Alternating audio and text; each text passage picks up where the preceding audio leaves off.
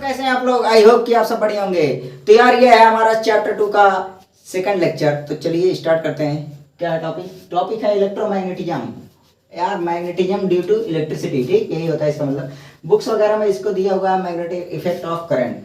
तो भाई इसका जो डिस्कवर किसके द्वारा किया गया था? ओरस्टेड के। तो चलिए लिखते हैं डिस्कवर्ड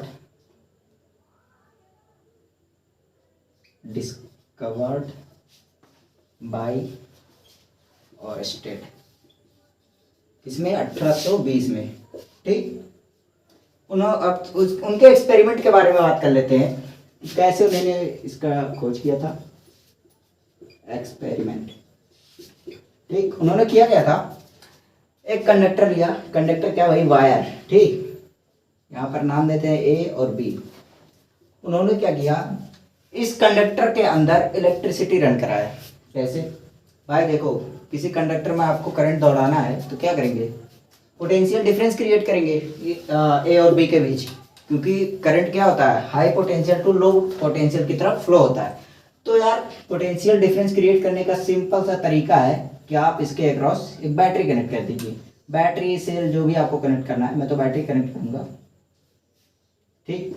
तो देखो, मान लेते हैं कि इसका, इस बैटरी का जो वोल्टेज अभी है, पोटेंशियल डिफरेंस, तो देखो यहाँ पर प्लस बी, इधर जीरो, मतलब ये प्लस बी ना रखते हैं, ये पॉजिटिव टर्मिनल और ये निगेटिव टर्मिनल, ठीक। तो यहाँ पर बी मान लेते हैं और यहाँ पर जीरो, तो इसका पोटेंशियल डिफरेंस बी आ गया। तो यहाँ पर जो इसके अक्रॉस जो पोटेंशियल डिफरेंस क्रिएट हो रहा है वो कितना, वी। तो चलिए फिर इसमें करंट यहाँ पर भी हो जाएगा, पोटेंशियल डिफरेंस वी और जीरो। तो यहाँ पर जो करंट है हम लोग का, high potential to low potential की तरफ फ्लो होगा, मतलब इस डायरेक्शन में, ठीक। यहाँ पर डायरेक्शन ऑफ करंट इंपॉर्टेंट है, बट मैं यहाँ अभी नहीं बताऊंगा, आगे जब हम लोग ये पढ़ लेंगे तो वहाँ पर बताऊंगा क्यों इंपॉर्टेंट है। तो देखो, इसके अक्रॉस क्या होगा, एक मैग्नेटिक फील्ड क्रिएट होगा। कैसे पता चलेगा कि इसके चारों तरफ मैग्नेटिक फील्ड है? तो यहाँ पर आप लोग एक कंपास है, उसको रख लीजिएगा, कुछ इस तरीके से दिखता है, ठीक। यहाँ होता है साउथ पोल, यहाँ पर होता है नॉर्थ पोल। तो उन्होंने क्या ऑब्जर्व किया, कौन, ओरस्टेड। उन्होंने ऑब्जर्व किया कि इसके जो नीडल है वो डिफ्लेक्ट हो रहे थे। क्यों डिफ्लेक्ट हो रहे थे भाई? देखो, जो कंपास के नीडल्स होते हैं ना, वो खुद में ही एक छोटा सा, मतलब स्मॉल पीस ऑफ मैग्नेट होता है, ठीक। तो भाई डिफ्लेक्ट कब होगा, जब इसके चारों तरफ मैग्नेटिक फील्ड होंगे, क्योंकि मैग्नेट तभी तो डिफ्लेक्ट करता है।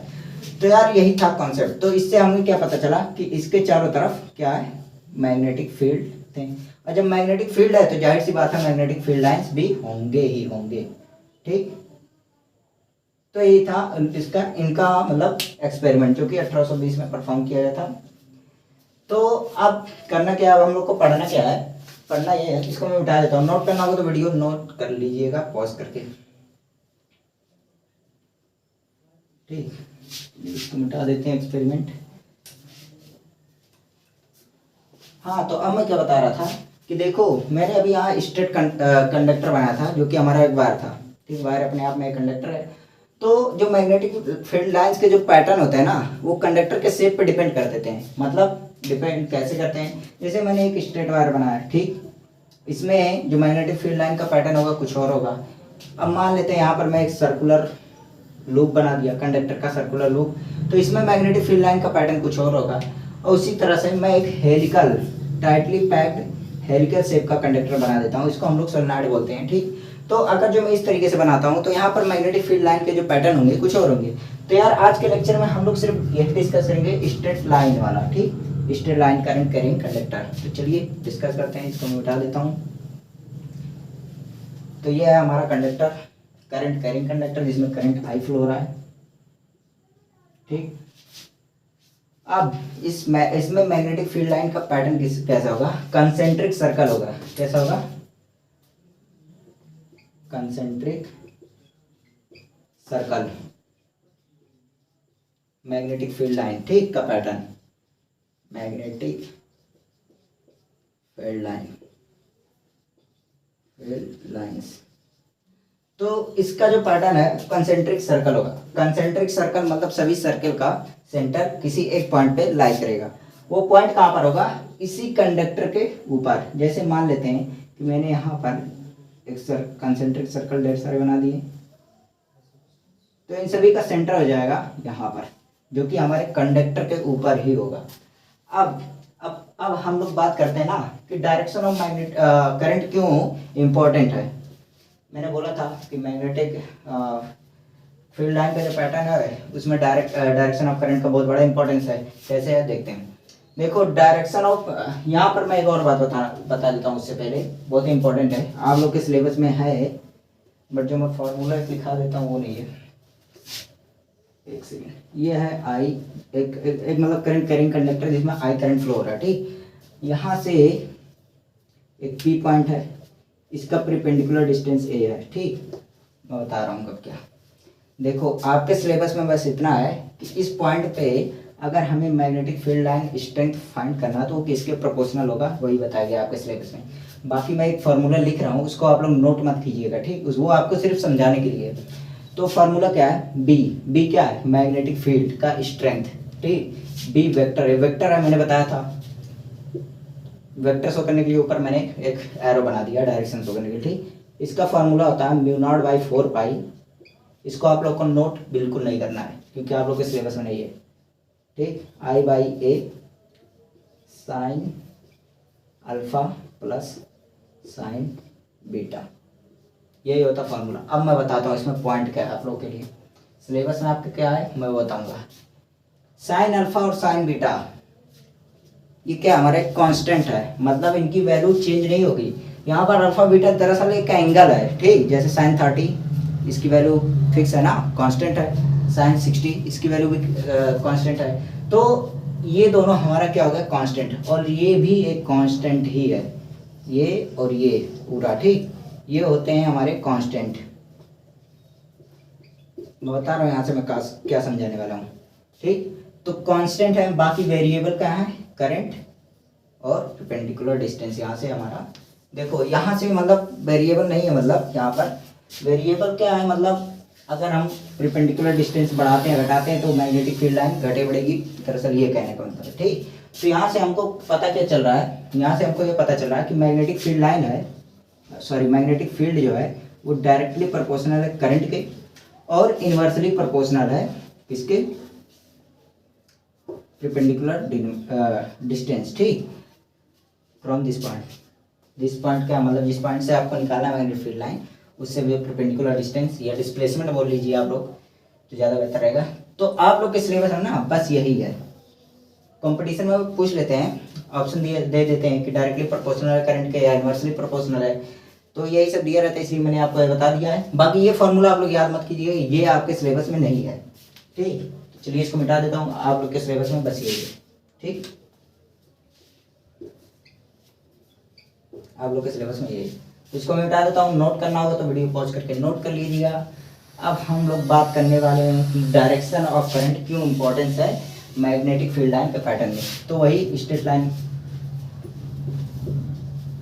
करंट कैरिंग स्ट्रेट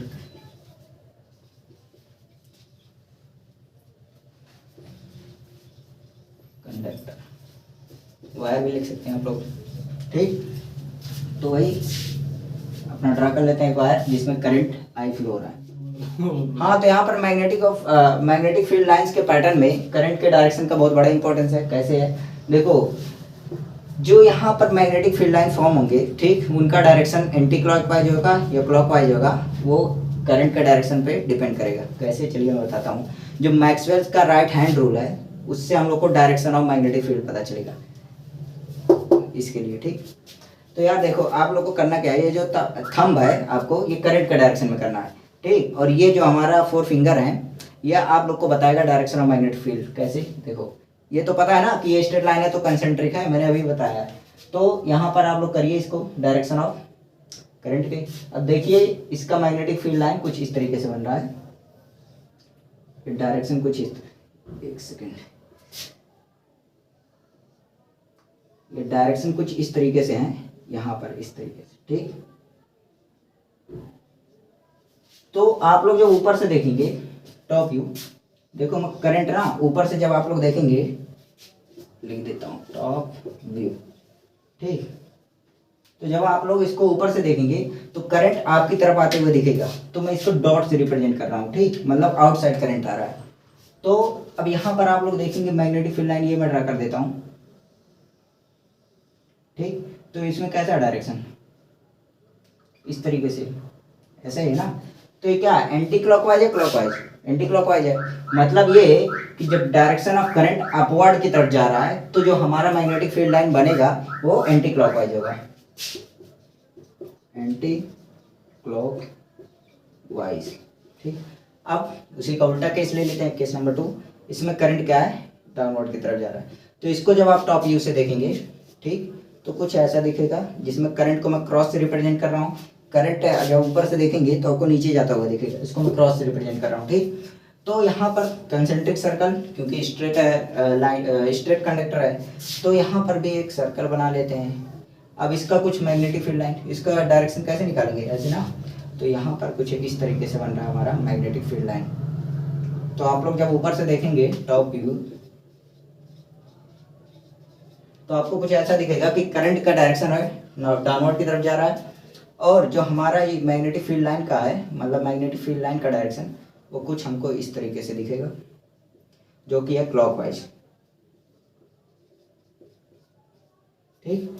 तो यार स्ट्रेट लाइन कंडक्टर में, स्ट्रेट लाइन कंडक्टर या स्ट्रेट करंट कैरिंग कंडक्टर में जो मैग्नेटिक फील्ड लाइन का पैटर्न मैंने डिफाइन कर दिया। बाकी का जो है 2 और हैं पैटर्न, उसको मैं अगले लेक्चर में डिफाइन करने की कोशिश करूंगा। तो आज के लिए बस इतना ही। आप लोग अच्छे हैं और भी अच्छे होने की जरूरत है। आपका दिन मंगलमय हो।